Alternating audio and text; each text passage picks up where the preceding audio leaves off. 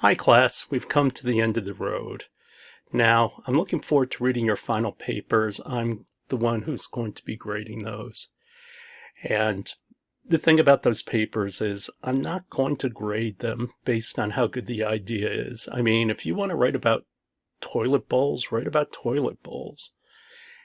And what I'm really looking for is how well do you integrate the ideas that you've learned in this class, and how did that help you come up with these ideas? So you could talk about, well, I thought of this, and they connected together or something like that. And just some kind of justification for it. That's all.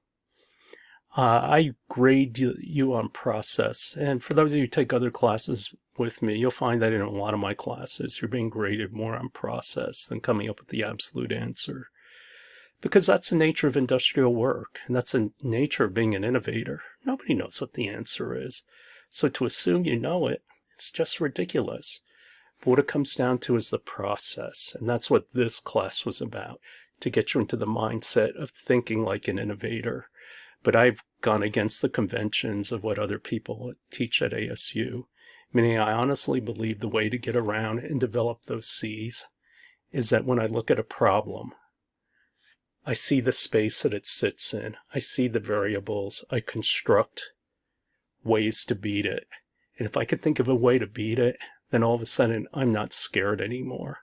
It's just like even in a monster movie, everything I watch, well, I'm always thinking of solutions and how to get around something.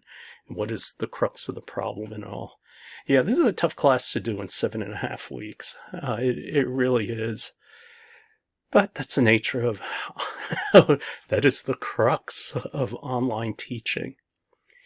Anyway, a couple of announcements. Number one, for those of you who haven't gotten all your work done, I am going to extend the amnesty period to Wednesday. The reason why I can't really extend it beyond that is because they're really tough on grading. I mean, I have to have all my grades in by Sunday, so I can't let it string out too long.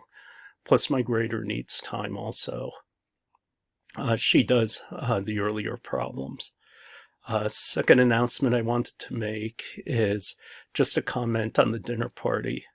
Yeah, that was a dog, wasn't it? Keeping everything arranged and all. But I just want you to get into the mindset of series and parallel. When people do work, they just kind of go sequentially. But if you're smart about it, you sit around and think about, okay, what can I do? And I love parallel. Why? Because that's when you get things for free. It's series that limits how fast you can actually go. And so that has become pretty much an obsession with me every time I do work. Even just before I go to sleep every night, I make my wife's coffee and I clean up the kitchen. And so while the beans are grinding, what am I doing? I'm loading things into the dishwasher. Even though I'm only saving myself a couple of minutes, that's a couple more minutes that you free up for just living.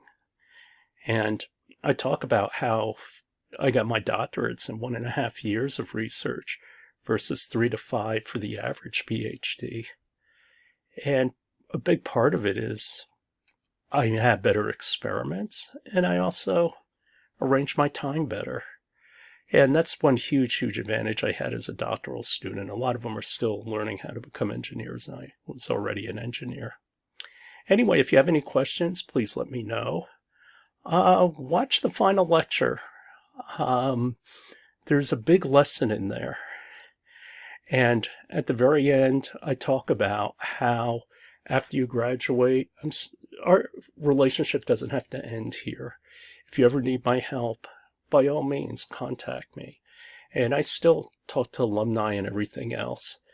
And so one alumni was really sheepish to talk to me. And I said, "Didn't you watch the last lecture?" And what I said, he goes, "No."